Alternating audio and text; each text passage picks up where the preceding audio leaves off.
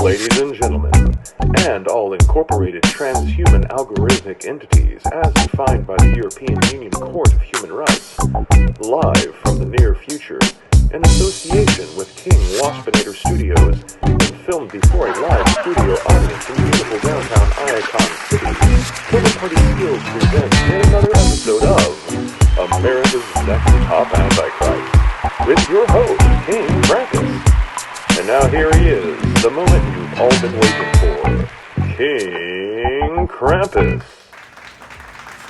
It occurs to me that a lot of people, particularly here in America, with our rather scattershot education on history, probably are not really cognizant of how much death and destruction was unleashed upon Europe by the Protestant Reformation and the reactions it caused across society.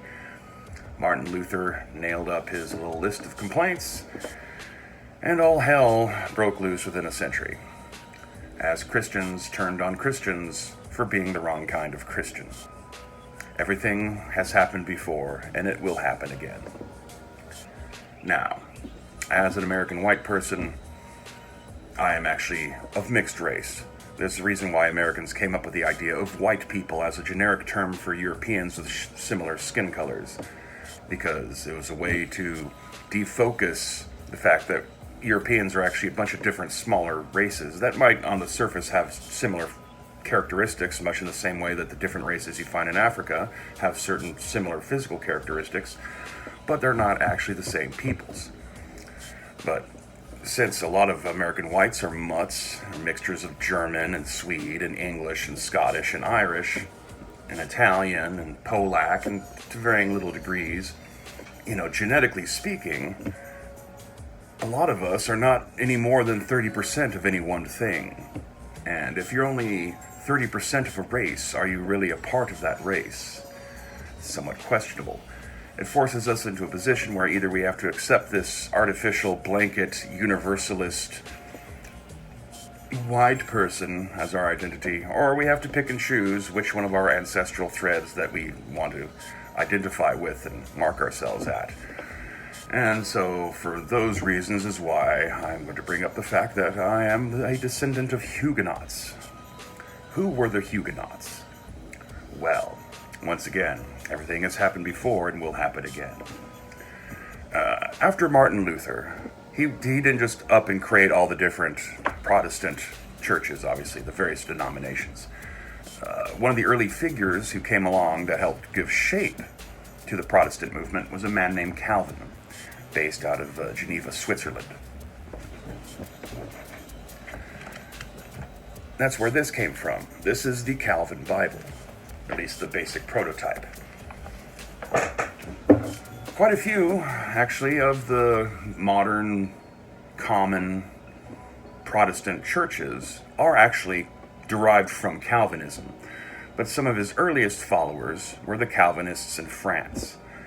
And they mostly took amongst the nobles and the upper crust of society, the middle class, the artisans, the craftspeople, people with land and money, whereas the base population largely remained Catholic. And within a relatively short amount of time, handful of decades, the Catholic part of the population turned on the Calvinist part of the population, and kicking off with what is known as the St. Bartholomew's Day Massacre, thousands upon thousands of Calvinists were slaughtered. It's something of a foreshadowing of what would end up happening later again in France, with the people turning on their nobility and killing a bunch of them, except they were more thorough the second time. The Calvinists, after a couple of sieges, were forced to basically flee France. And this wasn't easy back then. There was no airplanes. There was no real highway system between countries. They literally had to have their own underground railroad set up like we had here in the Americas to funnel slaves out of the South. They had to rely on secret networks of people who were sympathetic to house them and hide them and help guide them across France so they could reach the borders of Germany, Belgium, Switzerland, or to go down to the Pyrenees to get into Spain, or to get over the Channel to England. And the Calvinists were dispersed. It's around this time that they started being called Huguenots. Huguenot is actually a slur. It's like calling a Jewish person a kike, or calling a black person a Negro. The unflattering version of Negro. And once again, everything's happened before and will happen again, the Huguenots decided to adopt the term as a term of pride. They would refer to themselves as Huguenots and not allow it to be used as an insult against them. Apparently the origins of the term has something to do with a general of one of the Swiss cantons whose last name was Hughes. And so basically they're all just being described as his underlings or his puppets or his followers. They're the Huguenots. As far as slurs go, it's not a good slur. It's way too easily taken on by the people as a badge of pride kind of a thing. But the Huguenot diaspora spreads across the world. You see pockets of them in the Americas and still in parts of Europe and in Australia and a few other areas where colonists went. They apparently had a bit of a following down in the Cape of Good Hope in South Africa and other places. As I said, Calvinism is actually rather foundational to a lot of other more modern mainstream brands of Protestant Christianity. And they were not the only example to be had in that time period of Catholics committing violence against Protestants and Protestants committing violence against Catholics and Protestants against Protestants. Up into the early days of America, this was a thing. That's part of the reason why the whole freedom of religion and the separation of church and state was put into place. It wasn't put in place for grand, noble, esoteric, ethical reasons, because the founding fathers, believed everyone had an equal right to what they wanted to believe and all that kind of stuff. It was there specifically to try to prevent further eruptions of interdenominational bloodshed by not having the government show any favoritism to any one particular brand over another. Therefore, keeping both the government from being manipulated into using their governmental powers to persecute renegade religions or religions that are seen as unfavorable to whichever religion they have decided to prop up as the state religion. By not having a state religion, they're all equally valid and invalid. But this is some of the confusion about what the founding fathers actually meant by freedom of religion. That no, they probably weren't thinking of atheists and Buddhists and Hindus and Muslims at the time, but because you had all these different kinds of Christianities that all saw themselves as very different from each other over some very narrow points of interpretation, enough so that it would cause acts of violence and dissension and potentially cause whole civil wars from time to time. They thought it was best to just try to keep a lid on that as best as possible. Now the Huguenots are largely gone. I mean, they've all been ground into what other host populations that they had to find themselves living amongst. I mean, there probably has to be a thing here and there in the world, a few small communities where you might find something that you could call a pure-blooded Huguenot, but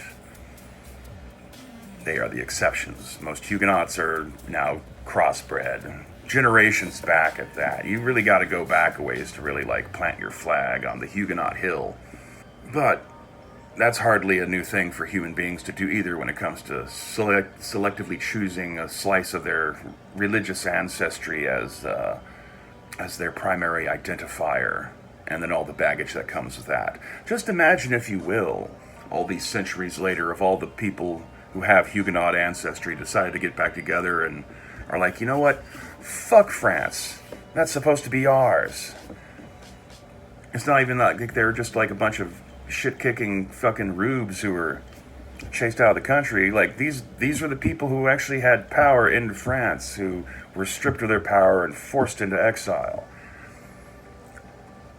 So, would not we be justified in getting all back together and going back to France and kicking their ass and forcing all the French people into a couple of little coastal cities, and that we can surround them with barbed wire and gun towers and push them into positions where, they're desperate and angry and want revenge, and any little infraction they do against us, the noble Huguenots, will justify us unleashing all sorts of holy hell on them in order to be able to subdue and control their population. I mean, these sorts of precedents have been set, so, if it's sauce is good for the goose, then why not the Huguenot gander as well?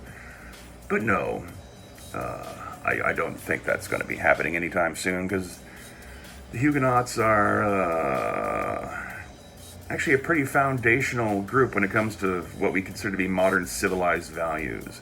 You would not have the Protestant work ethic or the concept of Protestant ethics at all had it not been for Calvinism. And so if you think such things are of value to you in society, perhaps looking a little bit more into the history of Calvinism and the Huguenots might not be the worst idea for you. And also, just as the reminder, that Christians have no problem turning on each other for being the wrong kind of Christian. And this is, as I've stated in previous videos, a long-term problem I have with the notions floating around on the right wing that somehow we're going to turn America back into a Christian country, because that's just too fucking vague. And if you get rid of all the non-Christians, well, that defining thing that holds all the Christians together right now, since they are not like the non-Christians, but if all the non-Christians go away, that unity goes away, and instead of having a bunch of Christians, you have a bunch of Lutherans and Anglicans and Catholics and Baptists and Methodists and Seventh-day Adventists and Jehovah's Witnesses and Mormons and so on and so forth on down the list.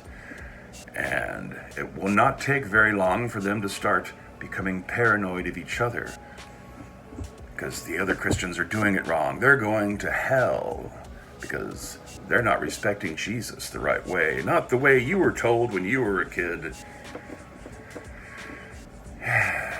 And for some reason, allowing people to live their lives and suffer whatever fate they have accrued for themselves in the afterlife is not good enough when you could kill them today for the betterment of tomorrow. I don't know. Just, as I said, I don't think Americans in particular are very aware of that little period of European history and early American history, of just how much all the different kinds of Christians hated each other, wanted to kill each other, and how little time it took to get there, from the point where one dude said, hey, we can make printed copies of the Bible and translate them into languages we actually know how to read, so we can actually see what's in this shit ourselves and not just rely on the Catholic priests to tell us what's going on. And that's all it took to lead to massive amounts of bloodshed, setting off chains of reactions of events that are still affecting us to this day, even if we've secularized our view of history as part of an attempt to quell these divisions. But those divisions are still there, they're quiet, they're sleeping, and the more we pick up these threads, the more likely they are to wake up again. So, have a good one, and until next time, stay crampinated.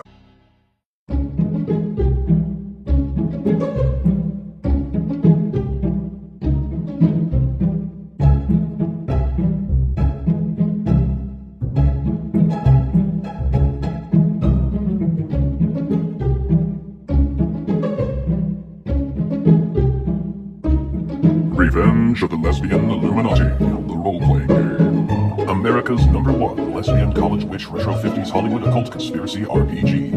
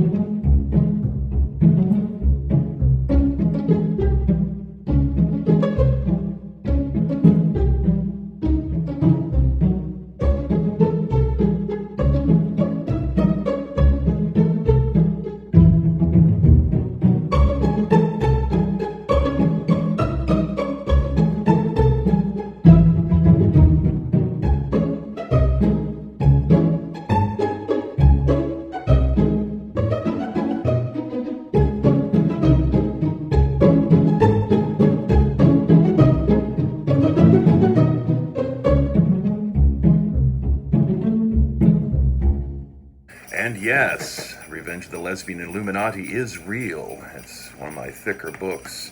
It's very playable. It's possibly one of the most subversive role-playing games you could possibly get your hands on. And so I understand if you're probably too chicken shit to ever buy it.